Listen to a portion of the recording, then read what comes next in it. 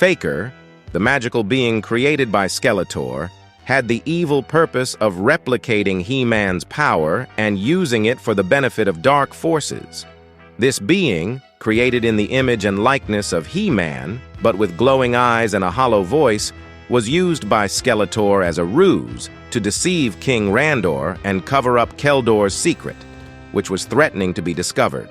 However, King Randor was not fooled by this trick and, in a quick confrontation, defeated Faker, piercing him with his spear in the chest. Faker, a magical creation capable of temporarily transforming into an exact copy of He-Man, but for limited periods, was also used by Skeletor to lure the Enchantress out of Castle Grayskull, posing as the real hero, who appeared to be injured. However, after a confrontation with the real He-Man, Faker attacked him and plummeted into the bottomless abyss of Grayskull, where his fate remained uncertain despite Skeletor's claims of his possible recovery. Faker harbored a deep grudge and desire to surpass the real He-Man, of whom he was a deformed copy, due to his previous defeat in combat.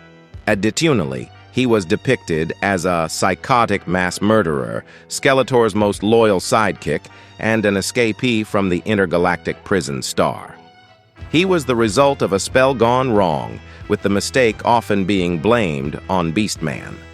While Faker was intended to be an exact copy of He-Man, his bluish skin and physical deformity prevented him from deceiving the inhabitants of Eternia in the way Skeletor had planned.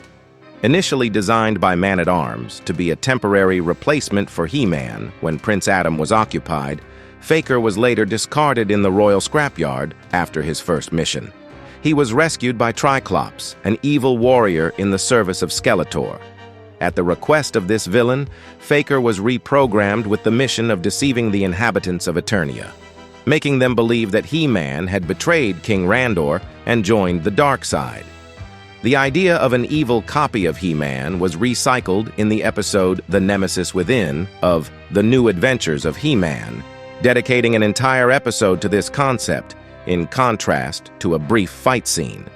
After his supposed death in the Shaping Staff, writer Paul Dini expressed a desire to resurrect Faker and change his skin tone, making him a sort of bizarro enemy, albeit without the garbled speech.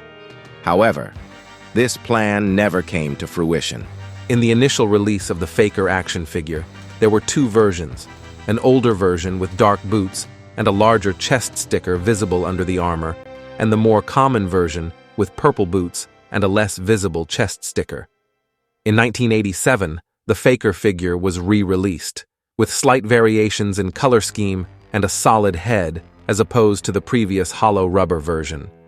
This late version of the figure has become a rare and valuable collector's item due to its late release in the original toy series. Despite not appearing in the 2002 cartoon, Faker received an exclusive figure available by mail from Toy Fair magazine. There were also plans for a Nika mini statue, sold in conjunction with Cobra Khan, but the project was cancelled due to problems at the factory. Faker was intended to play a pivotal role in the unrealized third season of the Mike Young Productions cartoon. His plan was to trick the Eternians into turning against He-Man and allowing Skeletor to conquer the planet. Although the series was cancelled before this storyline was developed, the episode The Courage of Adam offers a brief glimpse hinting at Faker's resurrection, when a holographic He-Man robot, built by Man-at-Arms, displays colors similar to Faker's before hanging up, subtly hinting at the character's future resurrection. Skeletor used the Shaping Staff to make Faker look like an exact double of He-Man, Nightstalker to appear as Strider, Evil Lyn to pose as Clawful, and himself appear as Spikor. Riding Strider, the fake He-Man approached Castle Grayskull, leading Clawful and Spiker as bound prisoners in tow. When the drawbridge opened and the sorceress appeared, Spiker was the first of the company to address her, throwing off the ropes that bound him and revealing the crutch that he had used to walk to be the Shaping Staff, before revealing his true self to be Skeletor. The sorceress immediately fired off a bolt of magic in his direction, knocking the staff out of Skeletor's hands and sending him flying. But before she could cast another magic spell, she was grabbed from behind by He-Man. The shaping staff was not seen again after it had been knocked out of Skeletor's grasp. Despite of this, Faker, Night Stalker, and Evil Lyn managed to retain their disguises for a little longer, possibly with help from Evil Lyn's magic.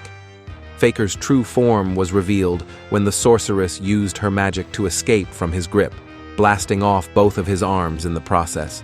However, Faker immediately began to reassemble himself by extending tendrils from the stumps of his arms that reached out to his severed limbs, grabbed them, and began to reattach them. The sorceress then activated a force field around herself and simultaneously activated all of Castle Grayskull's defenses, putting tremendous strain upon herself.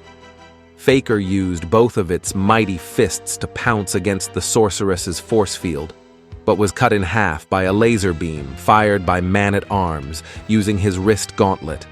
Thank you for joining us in this epic journey through the realm of Eternia, exploring the legendary villain Faker from He-Man and the Masters of the Universe.